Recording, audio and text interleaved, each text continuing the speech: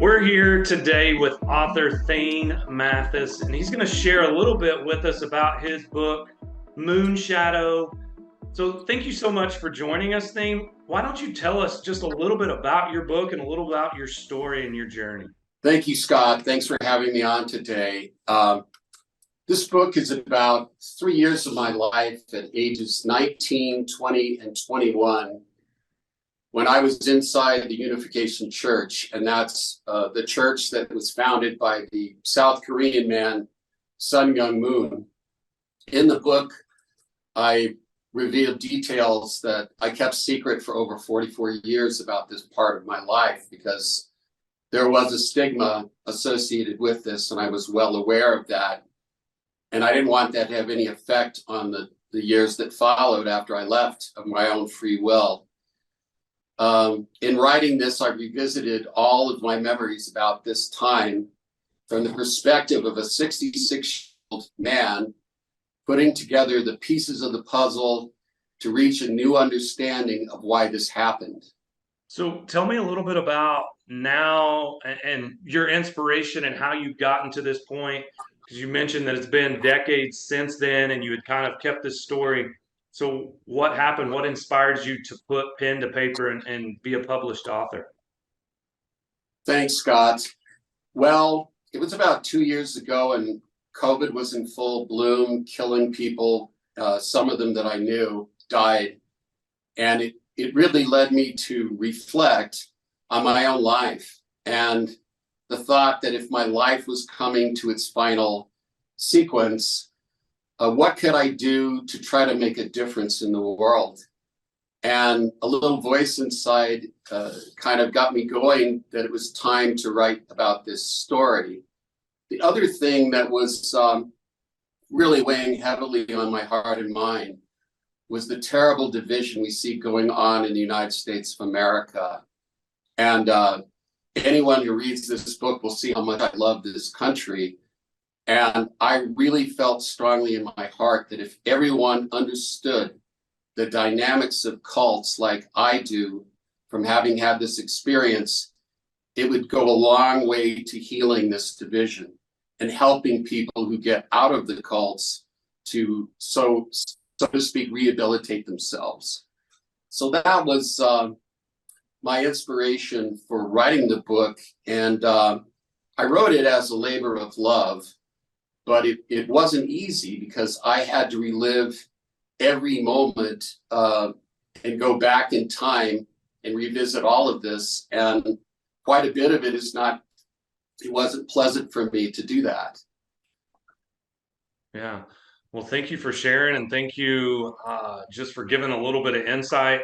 I think the thing that I hear in the theme is you decided everybody's got a story, and you felt like after all the events that we've gone through over the last few years as a nation, as a country, as a world, that it was time to put your story out there. So thanks for sharing that with us. Is there anything else you want to share with our audience about the book? Yes, I wrote it as a stream of consciousness memoir because I don't think that you can really understand what it's like for a young man to leave his family and fall into a cult unless you know that young man really, really well and get inside my head and my heart at that time. So I basically give the reader, hopefully, the feeling what it's like to be in my shoes and go through the whole experience, and then finally reach that point where I became enlightened and realized I was in a cult and I needed to get out, and how that developed. So anyway,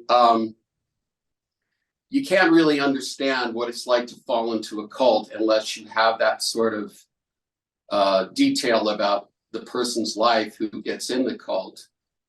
After telling the story about how I got in and how I got out, and then I move on with my life, in the last part of my book, I identify several characteristics that every cult has. Then I apply these to 4 different groups and analyze which of these are cults. And those 4 groups are the Nazi movement in Germany, Jesus before the crucifixion, the Unification Church, and lastly, the MAGA movement. So my goal is I want to provide each reader the tools to decide for themselves if a group is really a cult and should be avoided. After I'd written the manuscript and it was pretty much in final form, I saw for the first time that this is not just a book about the psychology of cults and politics, but it's a book about faith and the power of love to overcome difficulties in life and give us the ability to forgive those who have hurt us very deeply. So it's also a book about my personal relationship with Jesus that wove in and out of my life throughout this whole period. And to close, I want to empower each person to be their own guru and have their own special personal heartfelt connection to God and whatever else serves their highest good.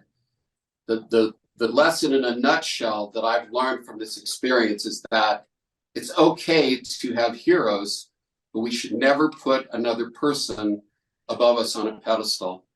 So I hope that anybody that reads the book will find it a good read and will enjoy it and will hopefully find it valuable. So thank you so much, Scott. Yes, thank you, Thane. That's powerful, powerful message there that you mentioned at the end.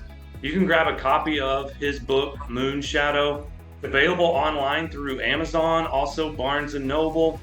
And then maybe you prefer reading on a Kindle or on your iPhone. You can download the Books app and get it through iTunes as well. So get out there, grab a copy of Moon Shadow. Thane Mathis, thank you so much for joining us today, for sharing just a glimpse of your story and your journey in writing this book. Thank you so much, Scott, for having me. Thank you.